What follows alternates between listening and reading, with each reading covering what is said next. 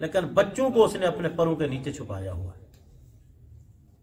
ایسے بھی ہے کہ بچے جب تھوڑا سا خطرہ محسوس کرتے ہیں تو خود بخود ماں کی طرف لپکتے ہیں اور ماں ان کو اپنے پروں کے نیچے چھپا لیتی ہے۔ یقین جانیں وَخْفِضْ لَهُمَا جَنَاحَ الذُّلِّ مِنَ الرَّحْمَةِ، یہ تو ایک پرندہ ہے، اس کا اپنے بچوں کے ساتھ ایسا پیار ہے جو اشرف المخلوقات ہے۔ ماں باپ کا پیار اس سے بھی کیا ہوتا ہے، زیادہ ہوتا ہے۔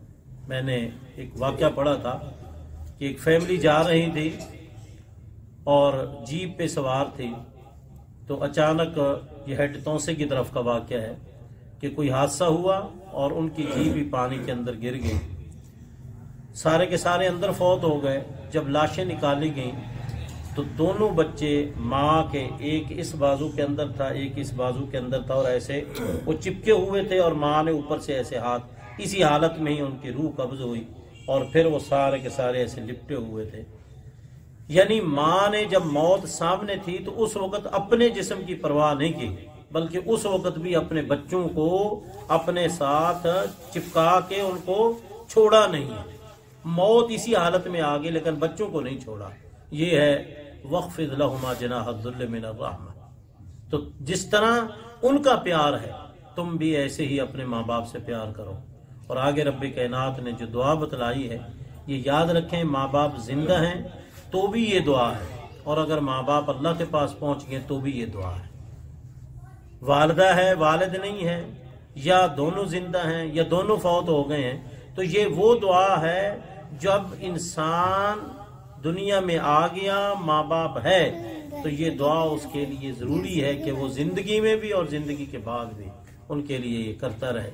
وہ دعا کیا ہے؟ رب ارحمہما کما ربیانی صغیرا، اے میرے رب ان پر تو رحم فرما، میں چھوٹا تھا انہوں نے میری تربیت کی ہے، مجھے چلنا نہیں آتا تھا انہوں نے مجھے چلانا سکھایا، مجھے بولنا نہیں آتا تھا مجھے بولنا سکھایا، مجھے کھانا نہیں آتا تھا مجھے کھلانا کھانا سکھایا، مجھے پینا نہیں آتا تھا مجھے پینے کا طریقہ انہوں نے سکھلایا، مجھے قضائے حاجت پیشاب پخانے کا طریقہ نہیں آتا تھا وہ مجھے انہوں نے سکھلایا۔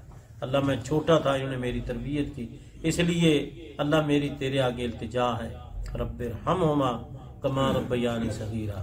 اس لیے زندہ ہیں تو ان کی دعائیں لو اور ان کو دعائیں دو، اور جب وہ اللہ کے پاس پہنچ گئے ہیں تو پھر وہ تو تمہارے لیے دعائیں نہیں کر سکتے لیکن تم ان کے لیے ساری زندگی دعائیں کر سکتے ہو۔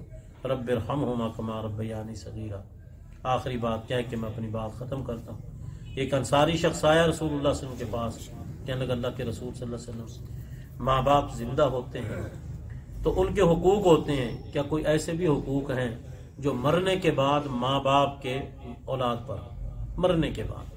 آپ نے فرمایا ہاں، پہلا حق یہ ہے کہ ماں باپ کے جنازے میں شرکت کرنا، پہلا حق ماں باپ کے جنازے میں شرکت کرنا۔ یہ حق آپ اس وقت ادا کر سکیں گے جب ماں باپ بیمار ہیں اور آپ ان کے پاس ہیں، جب وہ ماں باپ بوڑھے ہیں اور آپ ان کے پاس ہیں۔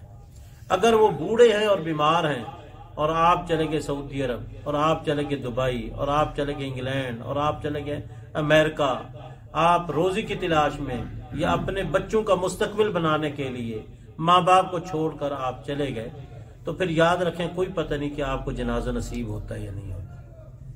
جنازہ نصیب اس وقت ہوگا جب وہ بیمار ہیں تو آپ قریب رہ کے ان کی خدمت کریں، اگر وہ بوڑھے ہیں تو ان کے پاس۔ اسی لیے تو رب کائنات نے فرمایا اما یبلغن عندک الکبر، تیرے پاس بڑھاپے کو پہنچ جائے۔ اس میں سمجھایا کہ جب وہ بوڑھے ہوں تو تیرے پاس ہوں، جب وہ بوڑھے ہوں تو تیرے پاس ہوں، تو ان سے دور نہ ہو، بڑھاپے میں ان کو بڑی ضرورت ہے تیری، اس لیے ان کے پاس رہے۔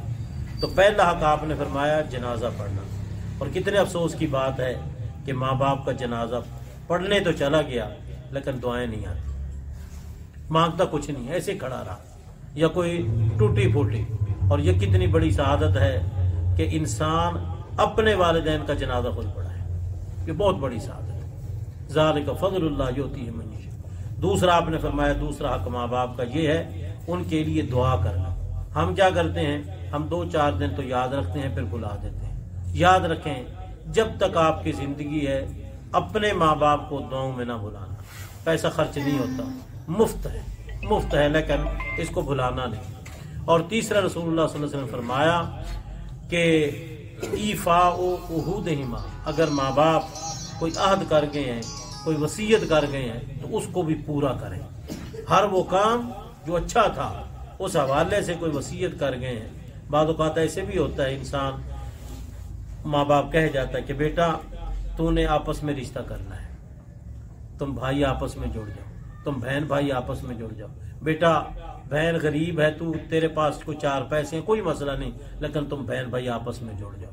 اگر اس طرح کی کوئی نصیحت ہے تو اس پر بھی کیا کرنا، عمل کرنا. اور چوتھا رسول اللہ صلی اللہ علیہ وسلم نے فرمایا وَإِكْرَامُ صَدِيقِهِمَا، ان کے جو دوست ہیں ان کی عزت کرنا.